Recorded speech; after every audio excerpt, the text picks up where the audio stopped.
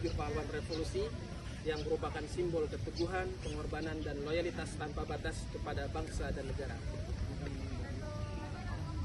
60 tahun yang lalu, tepatnya pada malam 30 September hingga dini hari 1 Oktober 1965, Indonesia mengalami salah satu peristiwa paling kelam dalam sejarahnya. Sebuah gerakan yang dikenal sebagai Gerakan 30 September PKI telah merenggut nyawa 7 perwira tinggi TNI, Tentara Nasional Indonesia. Mereka diculik, disiksa, dan dibunuh secara keji dalam upaya makar yang mengancam ideologi Pancasila, keutuhan negara, kesatuan Republik Indonesia, serta persatuan bangsa. Peristiwa ini tidak hanya menjadi catatan sejarah, tetapi juga pengingat bagi generasi bangsa akan pentingnya menjaga nilai-nilai kebangsaan, persatuan, dan kewaspadaan terhadap ancaman ideologi yang bertentangan dengan jati diri Indonesia. Kami akan mengulas kembali kronologi, latar belakang, serta makna penting peristiwa Gerakan 30 September PKI bagi perjalanan sejarah bangsa Indonesia. Adapun 7 patung pahlawan revolusi di belakang kami adalah Legend TNI DI Panjaitan, Legend TNI R. Suprapta, Jenderal TNI Ahmad Yani, Legend TNI MT Haryono, Legend TNI Raden S. Parman, Kapten Sip Pierre Tandean. Para pahlawan ini adalah sosok yang mempertaruhkan nyawa demi tegaknya negara dan ideologi Pancasila. Mari bersama-sama kita ikuti sejarah peristiwa Gerakan 30 September 1965 yang tidak hanya untuk dikenang, tetapi juga dapat diambil nilai-nilai keteladanan seperti keberanian, pengabdian, dan tanggung jawab sebagai generasi penerus bangsa. Ini saya berada di salah satu wilayah sejarah dalam peristiwa G30 SPKI. Dalam peristiwa Gerakan 30 September tahun 1965 atau G30S, truk penjemputan berperan sebagai sarana operasional untuk membawa para perwira TNI Angkatan Darat dari rumah masing-masing menuju ke lokasi yang telah ditentukan oleh kelompok pelaku. Truk-truk tersebut digunakan pada dini hari dengan tujuan memudahkan mobilisasi pasukan secara cepat dan tertutup.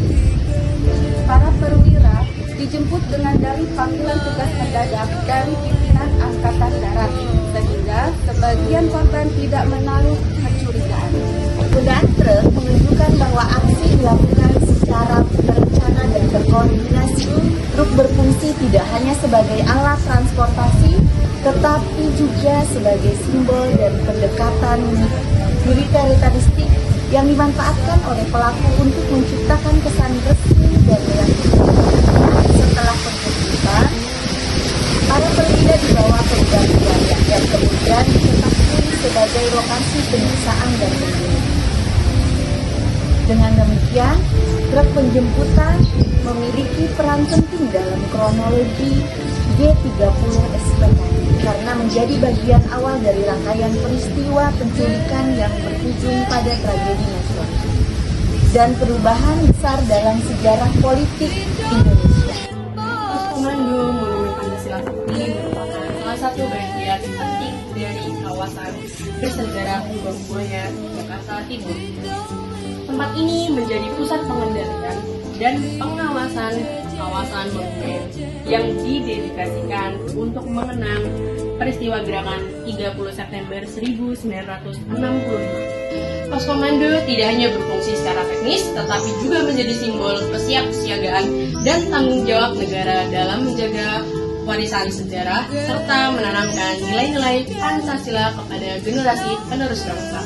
Museum Pengkhianatan G30 SPKI merupakan ruang sejarah yang merekam salah satu peristiwa paling kelam dalam perjalanan bangsa Indonesia. Museum ini dibangun sebagai pengingat akan peristiwa Gerakan 30 September 1965, sebuah upaya makar yang bertujuan menggulingkan pemerintah yang sah dan mengganti ideologi Pancasila dengan paham komunis. Pada malam 30 September hingga dini hari 1 Oktober 1965, sekelompok orang yang berafiliasi dengan Partai Komunis Indonesia atau PKI melakukan penculikan terhadap para perwira tinggi Tentara Nasional Indonesia Angkatan Darat. Perwira kemudian dibunuh secara keji dan jasadnya dibuang ke dalam sebuah sumur tua di kawasan Lubang Buaya.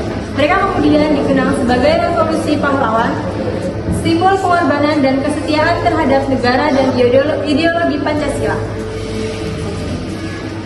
Museum ini menyajikan diorama, dokumentasi, replika peristiwa yang menggambarkan kronologi kejadian, mulai dari persiapan gerakan, proses penculikan, hingga penemuan jenazah para pahlawan. Setiap ruang memberikan gambaran tentang bagaimana pengkhianatan terhadap bangsa dapat membawa penderitaan, kekacauan, dan trauma mendalam kepada masyarakat. Melalui museum ini, pengunjung diajak untuk merefleksikan pentingnya menjaga persatuan, menghargai jasa para pahlawan, serta memperkuat komitmen terhadap nilai-nilai bangsa Pancasila dan Negara Kesatuan Republik Indonesia.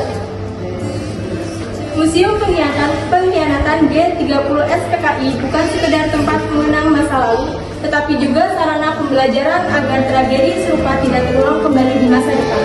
Museum Pasundan merupakan lembaga pelestarian budaya yang berperan dalam menyimpan dan menjaga ketinggalan sejarah serta tradisi masyarakat. Dalam penelitian museum ini menjadi sumber penting untuk mempelajari perkembangan budaya dan kehidupan sosial masa lalu menjadi observasi koleksi dan studi dokumentasi.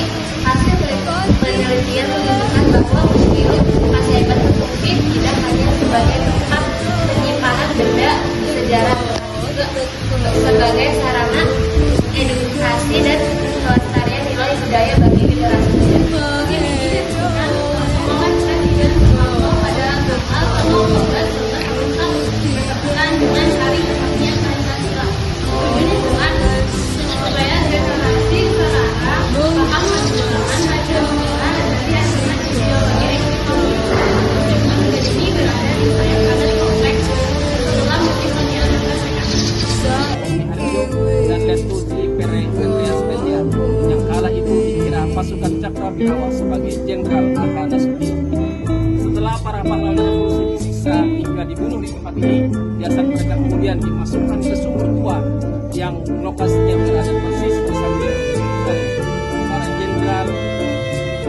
Di bawah dari sini, dari teras penyiksaan ini satu persatu dari mereka dimasukkan ke dalam sumur tua.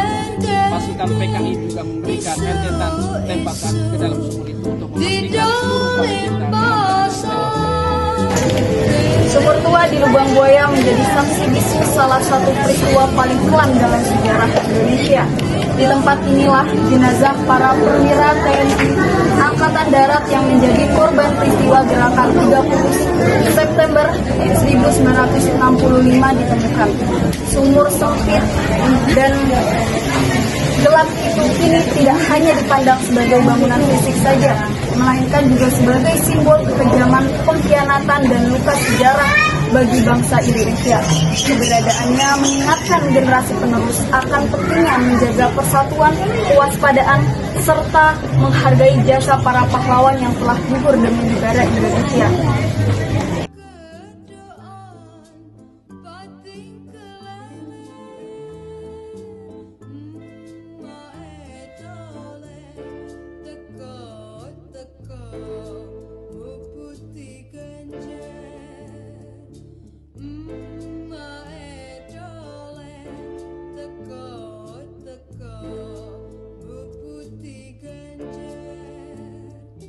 Oleh saat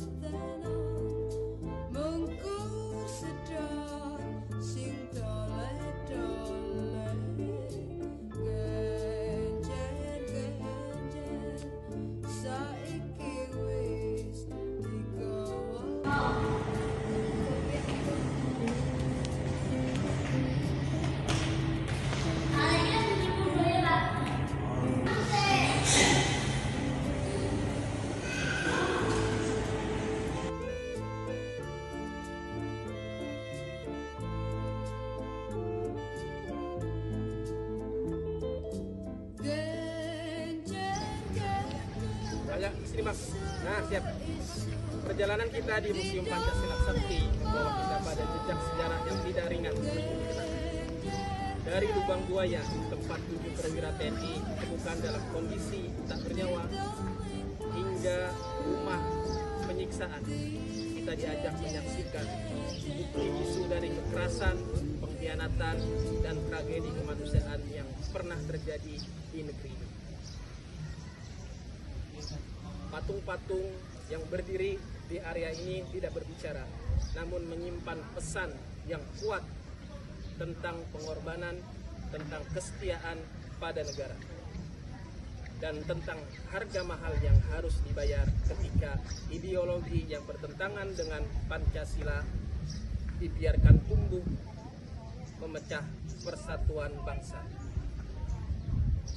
Tragedi 30 September 1965 bukan sekedar kisah masa lalu, melainkan pelajaran sejarah bagi generasi hari ini dan masa depan.